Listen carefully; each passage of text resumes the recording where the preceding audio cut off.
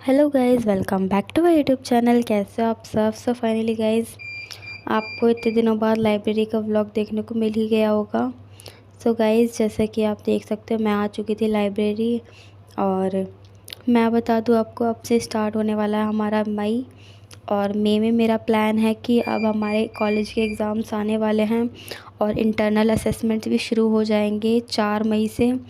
मैंने डिसाइड किया है कि अब हम अपने कॉलेज की स्टडी करेंगे, अपना थोड़ा एनसीईआरटी को अभी बंद कर देंगे। तो मैंने अभी डिसाइड किया है, मैं अभी मई में अपना कॉलेज का सिलेबस करने वाली हूँ, क्योंकि कॉलेज का मैंने कुछ भी नहीं करा है। अब मैं उसका रिवीजन वगैरह करूँगी, उसके नोट्स प्रिपेयर करूँगी। गाइज़, अब हमारी आज से क्या कहते हैं, कॉलेज की प्रिपरेशन स्टार्ट हो जाएगी। जैसे कि आपको पता है, चाहे सोल से करो चाहे ओपन से करो, पढ़ना तो सबके लिए पड़ता ही है। एग्ज़ाम्स में शीटें भी भरनी पड़ती हैं।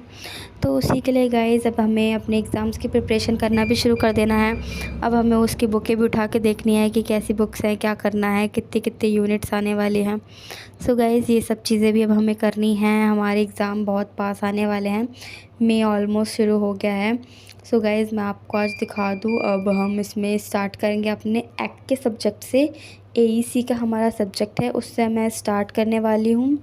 उसमें है हमारा संप्रेक्षण और संचार, है ना, बुक का नाम यही है। और ये मैं स्टार्ट करने वाली हूँ। उससे पहले गाइज़, मैं आपको दिखा दूँगी कि जो मैंने अपना पूरा शेड्यूल बनाया है मई और जून का, बिकॉज़ मई मिड से लेके जून मिड तक मेरे एग्ज़ाम्स चलने वाले हैं। और अब जब तक मतलब मई की स्टार्टिंग में से अगर पढ़ना शुरू नहीं किया तो मैं कुछ कर ही नहीं पाऊँगी। इसलिए मैंने सोचा था पहले मैं आपको दिखा दूँ, मैं जो अपना टाइम टेबल बनाया है, मैंने जो जो लिखा है उसमें स्लॉट कैसे कैसे डिवाइड करे थे।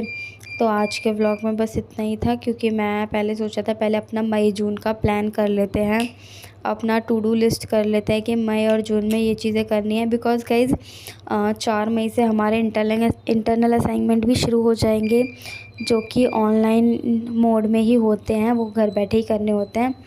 गाइज़, यहाँ पे आप देख सकते हो, मैं क्या कहते हैं, अपना स्टडी प्लान लिख रही थी कि कब उठना है, क्या करना है, कैसे कैसे एक्सरसाइज वगैरह करनी है। फिर मॉर्निंग में नैप और या फिर बाथ वगैरह का, है ना, फ्रेशन अप, ये सारी चीज़ें। फिर बाथ लेना है, फिर कोचिंग जाना है 1 घंटे की कोचिंग के बाद।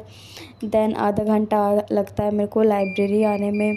फिर आधे घंटे बाद मुझे लाइब्रेरी आना है।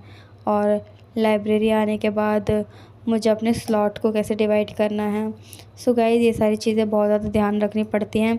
इसलिए मैंने अपना जो ये मई जून का बनाया था स्टडी प्लान, बहुत ज़्यादा सोच समझ के बनाया, ताकि मुझे और डिफ़िकल्टीज़ फ़ेस ना करनी पड़े। बिकॉज़ कॉलेज के एग्ज़ाम्स बहुत ज़्यादा ज़रूरी है। जैसे कि आपको पता है, यूजीसी नेट जेआरएफ के लिए 75% कंपलसरी है ना, जिनको पीएचडी करना है। इसलिए गाइज़, कॉलेज के एग्ज़ाम्स को भी थोड़ा बहुत सीरियस लेना शुरू कर देना चाहिए हम लोगों को। और कॉलेज के एग्ज़ाम्स ऑलमोस्ट शुरू होने ही वाले हैं। अभी तो हमारी जो डेट शीट है वो टेंटेटिव डेट शीट आई है सोल वालों की, फ़ाइनल डेट शीट भी आ जाएगी। और बट अभी टेंटेटिव डेट शीट को ही फ़ाइनल मान के चलो, बिकॉज़ वैसी ही होती है, ज़्यादा चेंजेस नहीं होते हैं। टाइमिंग वगैरह का कर देंगे थोड़ा, एक आध सब्जेक्ट का कर देंगे, नहीं तो बाकी चीज़ें सेम ही होती हैं। और क्या कहते हैं, तो वही डीएससी 4, 5, 6 और जी वगैरह के सब्जेक्ट्स को अच्छे से प्रिपेयर करना होता है, जो हमारे मेन सब्जेक्ट होते हैं। अगर आप पॉलिटिकल ऑनर्स वाले हैं या फिर कोई भी मेन सब्जेक्ट के ऑनर्स कर रहे हैं, तो उसके लिए आपको मेन सब्जेक्ट और उसका सेकंड मेन जो होता है जी का, है ना, जेनरिक इलेक्टिव का, वो ये 2 सब्जेक्ट आपके बहुत ज़्यादा इंपॉर्टेंट हो जाते हैं। इंपॉर्टेंट तो वैसे सारे ही होते हैं, है ना, जैसे कि हमारे सेक के हो गए, वैक के हो गए, एक् के हो गए, है ना। गाइज़, देखा जाए तो इसमें भी हमारे टोटल ना 7 सब्जेक्ट ही हो जाते हैं। तो कभी कभी तो ऐसा लगता है यार, कॉलेज है कि स्कूल में ही है, क्योंकि कॉलेज और स्कूल दोनों में बराबर के ही सब्जेक्ट्स हो गए, तो बड़ा वो आता है। बट हाँ, इन सब्जेक्ट्स में जो मेन सब्जेक्ट होते हैं उनके एग्ज़ाम 3 घंटे के होते हैं, जो बाकी के सब्जेक्ट्स होते हैं ना, वो 2 घंटे के, 1.5 घंटे के या 1 घंटे के, इस बेसिस पे डिवाइड किया जाता है उनको, है ना। गाइज़, अभी मैंने तो यहाँ पे अपना पूरा टाइम टेबल लिख लिया था ऑलमोस्ट। मैं दिखाती हूँ आपको। मैंने अपना स्टडी प्लान कर लिया है डन, कि मैंने स्लॉट भी डिवाइड कर लिया है कि इस स्लॉट में ये करना है, इसमें ये करना है लाइब्रेरी आने के बाद।